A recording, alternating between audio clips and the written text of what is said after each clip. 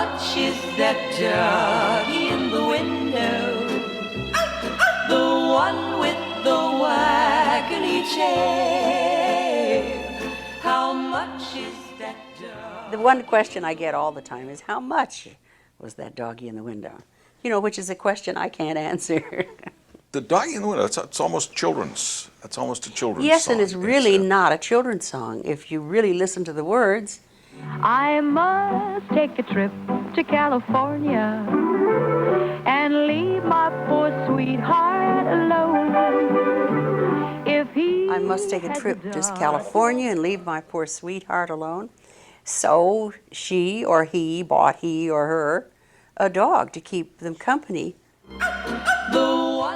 The Little Bark was done by the arranger, Joe Reisman, and this big, heavy-set guy going wee wee, you know, the little tiny bark, and the violin player, Max Seppes, was the one that did the rough part.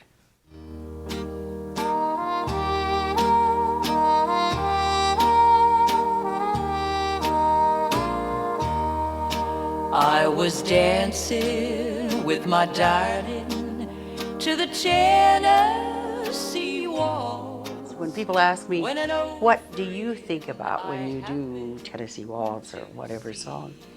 And I say, well, I have nice memories too. And my nicest memory about that song is that I brought it home to play for my mom and dad, as I always did, whatever songs, or sent them to them. And my dad heard it, and he had tears in his eyes, and he never, ever stopped. I mean, every time he would hear me sing it, he had tears in his eyes. That was his favorite song that I did. So I always think of my dad. Yes, I lost my little darling the night they were playing the beautiful Tennessee Waltz. He worked on the railroad. He didn't say much. He couldn't. There were 8 girls in the house and 3 boys, plus my mom, and she kind of ran the family. I'm next to the youngest of 11. We sang in church. We had 2 sisters, and I had a trio called the Fowler Sisters.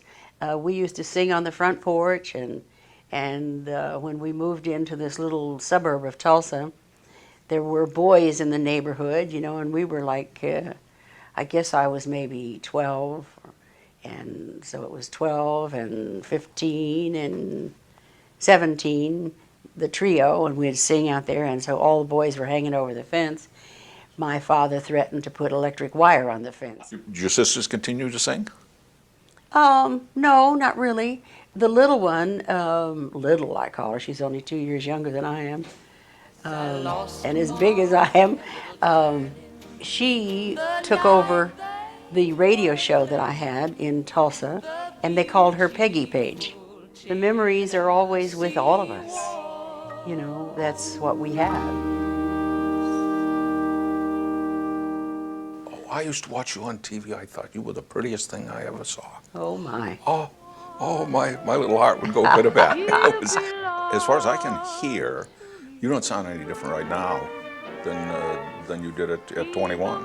Well, How do you keep this voice? well, God has been very good to me. I'm sure that if I had kept smoking, which I did at one time, that I wouldn't be singing now. Also, I think you have to keep something up. You have to keep singing. In other words, to use your voice or your talent. It's just like you lose it. Hush, hush, sweet Charlotte, Charlotte, don't you cry. The last big hit I had was 1965 with Hush, Hush, Sweet Charlotte. Yeah. And then, from then on, I was on the country charts. I was the first crossover in 1950, and this was the beginning of the country music being accepted into the pop field. Patsy Cline was not even hardly around then. Country was in its own category, And I remember going to certain radio stations or certain record stores up here in the New England area when I recorded Tennessee Waltz. And the owner of the record store said, I want to prove something to you, that almost everybody that comes into this record store, whether they're a country buyer, a pop buyer, or whatever, even a classical buyer, will come and ask for Tennessee Waltz. But you won't have anyone else hear him say it because he doesn't want anybody to know. And there was a young kid came in, and you could tell he was a long-haired buyer of records. You know, he only wanted the classical. And he whispered to the record owner in the back of the, take me back there. And so the store owner said afterwards, guess what? He bought a copy of Tennessee Waltz. Suddenly, you and Tony Bennett are hip. Well, well, you know, I found that in the Orient. That has been one of the things, one of the reasons why my records sell so much over there, is because through the years, it's just gone down to generation. And when I have played there, I have played the colleges.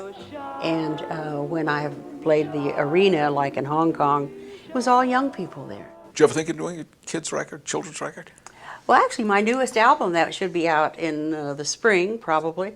We were hoping it would be out before Christmas, but doesn't look like it's going to be done. Is a children's album called Child of Mine. Well, we have a little two granddaughters, 6 and 8 now. They were 4 and 2 when they came to live with us, and they're my daughter's 2 youngest children, and the alternative wasn't too good, so we have them. And they listen to all kinds of music.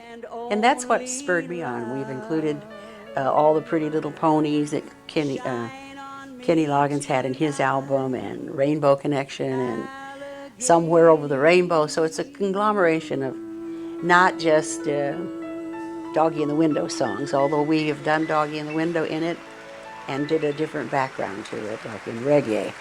How did you get to New Hampshire? People who live in this state go, Patty Page is in New Hampshire. In New Hampshire? Well, I married a gentleman who had a home in New Hampshire. He had a farm. And he and his wife had been coming to New England for 20, 30 years, and on their holidays and or their vacation time. And he always wanted a home in New England. And knowing all these back roads, they came across this particular farm that had been abandoned for years. It was remodeled completely, and it's a gorgeous place. And so Jerry and I got married probably about 3 years after he had had the farm. And so I became a New Hampshireite. Talk to me a little bit about maple syrup. Well, okay.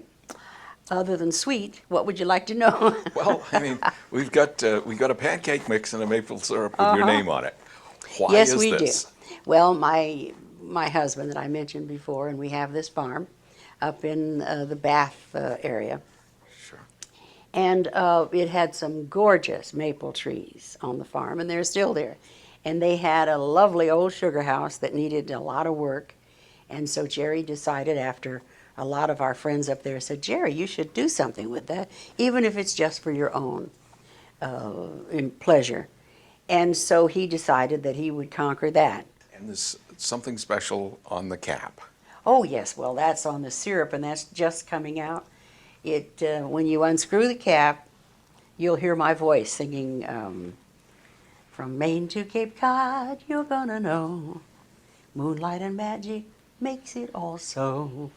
Made in the USA, so try some today. So it was a song written for the maple syrup, and I sing, When You Unscrew the Cap.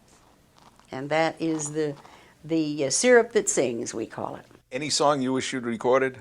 I was given, or I heard Moon River before Andy did it. Yeah, you would have been And- perfect for that. Absolutely. But God must have not thought so, because I didn't do it. On And I believe in fate, and I also believe that God is out there watching over us and making sure that we're in the right spot at the right time.